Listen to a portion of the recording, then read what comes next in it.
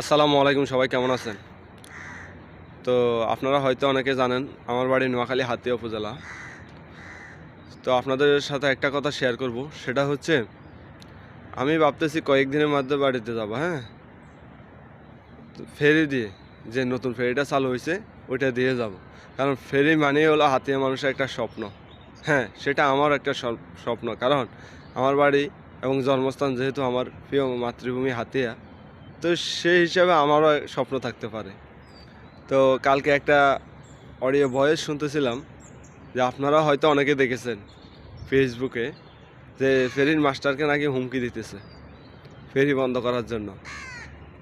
আসলে এটা শুনে অনেক অবাক হলাম এবং হাসিও পাইল, যে আসলে হাতিয়ার জন্য ভালো কেউ চায় না, সবাই হাতিয়ারের শোষণ করতে চায়। হাতিয়ার মানুষের ভালো হোক এটা কেউ চায় না। তো আসলে আমি জানি না, তো আমি যাওয়া পর্যন্ত ফেরি চালু থাকবে কি না। তবে এর আগেও আমি ফেরিতে উঠছি, তবে আমাদের এখানে নাই আর কি, অন্য জায়গায়।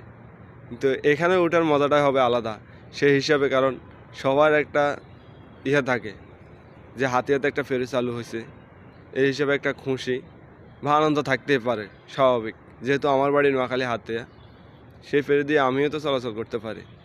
তো আসলে যারা দেশের বিরুদ্ধে মানুষের ক্ষতি হবে এমন কোনো কাজ করে, তারা কিন্তু মানুষ না।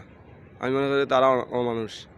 যেটা সবার জন্য, সবার কাজে লাগবে, তাহলে আপনি ভালো একটা কাজ কেন বন্ধ করে দেওয়ার হুমকি দেন? আসলে যে বা যারা করেন, দ্বিতীয়বারের মতো আর এগুলো আসলে করবেন না। কারণ এটা তো সবার জন্যই কাজে আসবে, শুধু আমার জন্য আপনার জন্য কাজে আসবে তা না, এটা তো সবার জন্যই কাজে আসবে।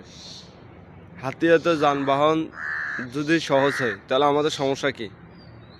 আমরা যাওয়া আসা করতে, তাহলে আমরা বাড়িতে যাওয়া আসা করতে সহজ হবে না?